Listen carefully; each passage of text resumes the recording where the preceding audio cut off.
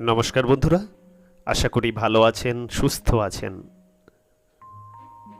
স্বাগত হিয়া সাহিত্য চর্চায়। হিয়া সাহিত্য চর্চায় আজকে যে ছোট গল্পটি নিয়ে হাজির হয়েছি সেটি হল গল্পকার রূপক চট্টরাজের ফেয়ারওয়েল। গত মাসে রিটায়ার করেছেন ধ্রুবদা। বিভিন্ন দাবি দেওয়া ও অফিসের নানান কাজের ঝামেলার জন্য ফেয়ারওয়েল অনুষ্ঠান তখন করা সম্ভব হয়নি। আজ শনিবার সেই অনুষ্ঠান। সকাল থেকেই সমস্ত টেবিলে টেবিলে বলে দেওয়া হয়েছে হাতের কাজ তাড়াতাড়ি সেরে নেওয়ার জন্য।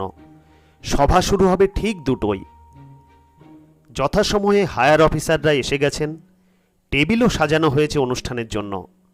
ধ্রুবদা একটু আগেই এসেছেন। সভাপতির চেয়ার দখল করলেন স্বয়ং জেনারেল ম্যানেজার মহাশয়। প্রধান অতিথির চেয়ারে বসলেন ধ্রুবদার অন্তরঙ্গ বন্ধু রমেনবাবু। উনি অবশ্য কিছুদিন আগেই রিটায়ার করেছেন। ওকে ডেকে আনার উদ্দেশ্য ধ্রুবদা সম্বন্ধে জুনিয়রদের কাছে কিছু বলা। জেনারেল ম্যানেজার ও প্রধান অতিথির পাশেই ধ্রুবদার চেয়ার।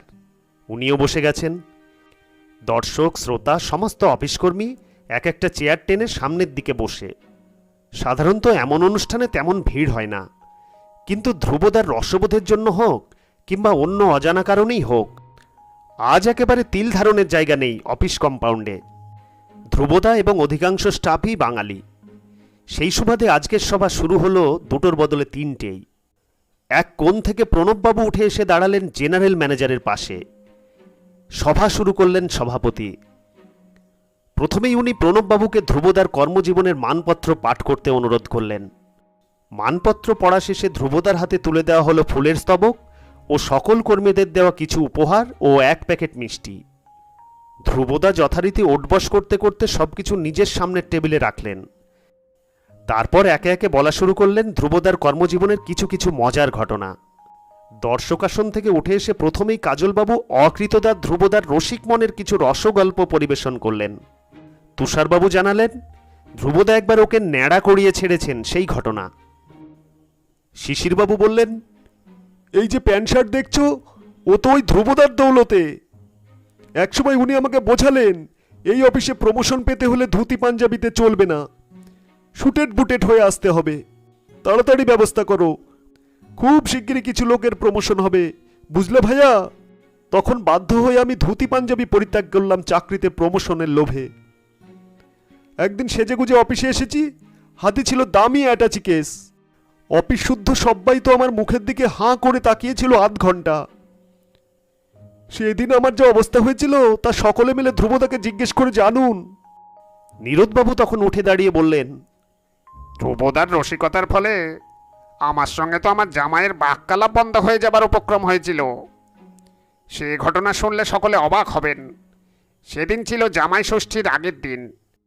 আমি অফিস থেকে টেলিফোনে জামাইকে বলছি আগামী দিন বিকেল 4:30 ট্রেনে আমার ওখানে যাওয়ার জন্য। জামাই বলল আমি অফিসের কাজ সেরে 6টার ট্রেনে যাব। আমি বললাম না না, ট্রেনে খুব ভিড় হবে, তোমাদের আসতে কষ্ট হবে। জামাই বলল সেই ব্যবস্থা হবে, আমরা ঠিক সময়ে যাব। জামাইয়ের সঙ্গে এই সব কথোপকথন হচ্ছে, এমন সময় ধ্রুবদা অলোকবাবুকে দিয়ে আমাকে এক ধাক্কা দিলেন। ওই ধাক্কা খেয়ে আমি টেলিফোন না ছেড়ে বলে উঠলাম, 1 থাপ্পড় দেব, ফাজলামি হচ্ছে। আর জামাই এ কথাগুলো শোনার পর টেলিফোনটা সঙ্গে সঙ্গেই নামিয়ে রাখলো। ভেবেছিল শ্বশুরমশাই এই ট্রেনটা পছন্দ না করায় আমাকে ধমক দিচ্ছেন। তারপর জামাইয়ের মান ভাঙাতে আমাকে অফিস ফেরত ছুটতে হলো জামাইয়ের বাড়িতে। নীরদবাবুর কথা শেষ হতে না হতেই মনোজবাবু বলে উঠলেন, ধ্রুবদা একবার আমাকে 1 বছরের পুরনো কাগজ পড়িয়ে ছেড়েছেন। আমি কাজের ফাঁকে ফাঁকে খবরের কাগজ পড়তাম। সেই সুযোগে ধ্রুবদা একদিন গত বছরের পুরনো কাগজ এনে টেবিলে রেখেছিলেন। আমি তখন কবেকার কাগজ না বুঝে এক লাফে ওটাকে ছো মেরে নিয়ে নিজের টেবিলে চলে গেলাম। সেদিন আর ধ্রুবদা আমার কাছ থেকে কাগজ ফেরত চাননি। বাড়ি যাওয়ার সময় আমি কাগজ ফেরত দিতেই ধ্রুবদা আটকে উঠলেন, বললেন, করেছেন কি? আমি তো সারাদিন এটা খুঁজছি, এটা যে 1 বছরের পুরনো কাগজ। মুখ কাচুমাচু করে আমি তখন নিজের লজ্জা ঢাকতে ধ্রুবদাকে বললাম, তাই খবরগুলো সব পুরনো লাগছিল। ধ্রুবদা অমনি মুচকি হেসে বললেন, ও তাই? আর অফিস শুদ্ধ সবাই হো হো করে হেসে ওঠায় আমার বিন্দুমাত্র বুঝতে অসুবিধা হয়নি যে এই কাণ্ডটা ধ্রুবদাই ঘটিয়েছেন।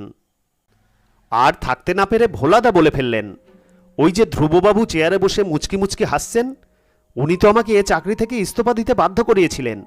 ভাগ্য ভালো তখন এই রমেনবাবু ছিলেন, তাই চাকরিটা এখনো বহাল আছে আমার। সেই ঘটনাটা আর আপনাদের কি বলবো। একবার আমার লটারির টিকিটটা নিয়ে প্ল্যান করে পাল্টে ফেলে পুরনো এক প্রাইজ পাওয়া লটারির টিকিটের নম্বরযুক্ত কাগজ দেখিয়ে বলেন, তোমাকে তো ভাইয়া চাকরি ছাড়তে হচ্ছে, নইলে এ লটারির টাকাটার মায়া ছাড়তে হবে।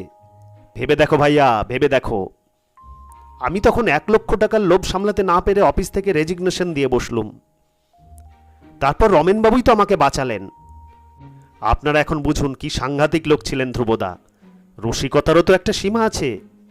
এইরকম অনেক মজার মজার ঘটনা ধ্রুবদা এ অফিসে ঘটিয়েছেন। সেসব শুনতে গেলে কয়েকদিন কেটে যাবে। তবে আজকে যে 4 ঘন্টা কোথা দিয়ে কেটে গেল তার কেউ টেরই পেল না। একথা মাননীয় সভাপতি সকলকে জানালেন। সবশেষে তিনি চিররসিক ধ্রুবদাকে অনুরোধ করলেন 2-4 কথা বলার জন্য। আর বিশেষ করে একটা কথা জানতে চাইলেন তিনি। সারা জীবন ধ্রুবদা 5-10 মিনিট দেরিতে অফিসে এসেছেন, অনেক ছুটিও কাটা গেছে সেজন্য, কিন্তু শেষের দিকে বছরখানেক তিনি একদমই দেরিতে অফিসে আসেননি। এর আসল রহস্যটা কি? ধ্রুবদা উঠে দাঁড়িয়ে সকলকে 2-4 কথা বলেই সভাপতির কৌতূহলের উত্তর দিতে গিয়ে বললেন, চাকরিতে ঢোকার পর আমি অনেক চেষ্টা করেও ঠিক সময়ে অফিসে হাজির হতে পারিনি। আসলে একা মানুষ হলে যা হয়, রান্নাবান্না ও ঘরের কাজ সামলে সময়ের তালজ্ঞান থাকতো না। তাছাড়া এখনকার মতো ট্রেন বাসও এত ছিল না। তবে শেষের দিকে একটা ফোন দিয়ে আটতে বাধ্য হয়েছিলাম। সভাপতি মহাশয় জানতেন আমার এক বন্ধুর ঘড়ি মেরামতির দোকান আছে।